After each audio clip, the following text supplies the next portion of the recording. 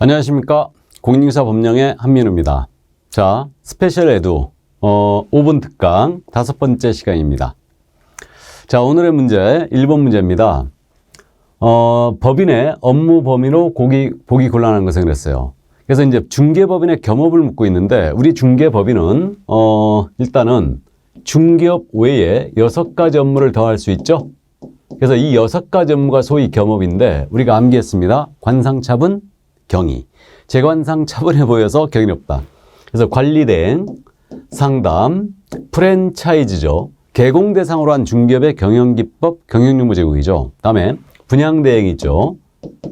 주택상가에 대한 분양대행. 그럼 대행자가 들어가면 관리대행, 분양대행 가능하고요. 그 다음에 경공매 알선대리, 이사 관련 용역의 알선이죠. 그죠? 그래서 관상차분 경위로 암기하고 있는데, 그럼 주택상가에 대한, 이제 보기 곤란한 것은, 그럼 이제 X 해놓고 시작하는 거죠. 주택상가에 대한 분양대행입니다. 그럼 대행자 들어가면 주상만 가능하죠.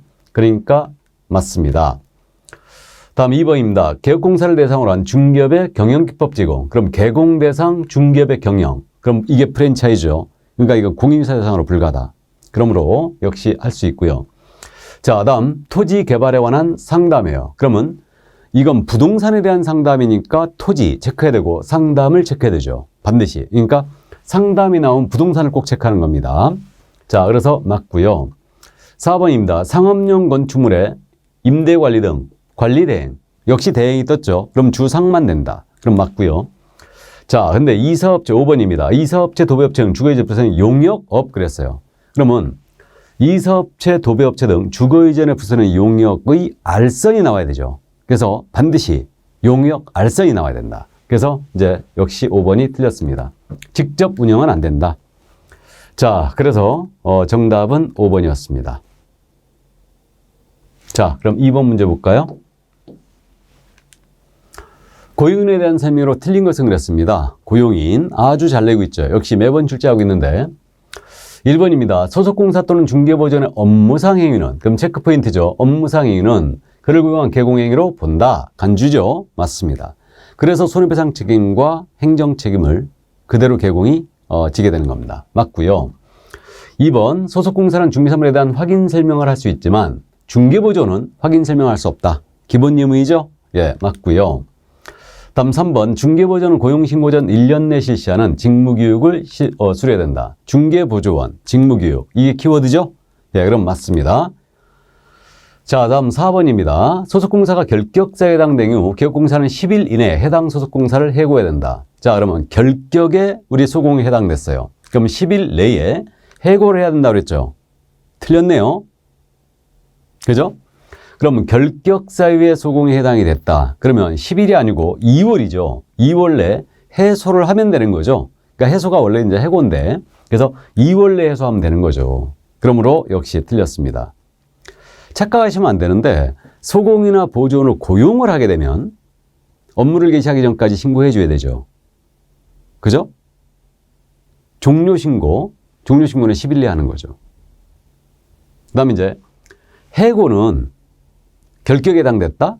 그럼 2달 내에서 하면 되는 거예요. 착각하시면 안 됩니다. 그래서 4번 정답이 됐고요. 5번입니다. 개업공사는 고용인의 업무상 행위로 인하여 손해배상 책임을 지는 경우 무과실, 부진정 연대 성격의 손해배상 책임을 지는 거죠. 맞습니다. 그러니까 고용인과 똑같은 그런 책임을 지게 됩니다.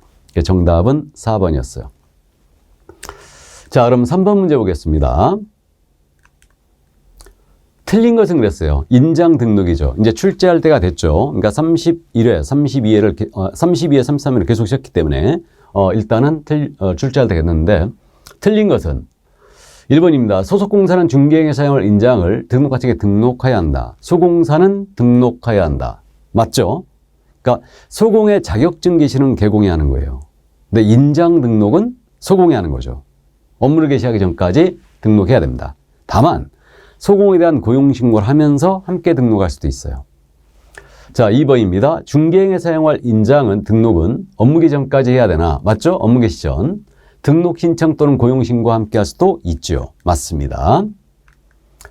자, 3번입니다. 등록 인장을 변경한 경우는 변경한 날로부터 7일이죠.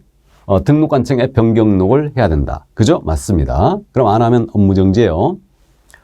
다음 4번입니다. 법인의 분사무소에서 사용할 인장이죠. 그럼 분사무소가 체크포인트고요. 상업등기직에 의하여 법인의 대표자가 보증하는 인장이죠. 대표자가 보증 인장을 등록할 수 있다. 이게 체크포인트죠. 네, 그래서 맞습니다. 등록해야 된다 아니죠. 그러니까 분사무소는 그 선택권을 준 거예요.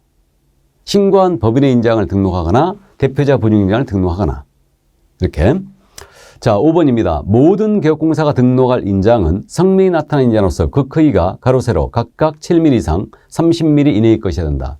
그럼 성명 플러스 73인데 이건 개인이 그렇게 되는 거죠. 그러니까 법인이 아닌 개공이라든가 또는 소속공사가 등록할 인장이 성명 플러스 73이죠. 그죠? 예, 그래서 틀렸습니다. 정답은 5번이 됐네요. 자, 그래서 오늘은 여기까지였습니다. 건강 주의하시고 다음 시간에 뵙겠습니다. 수고하셨습니다.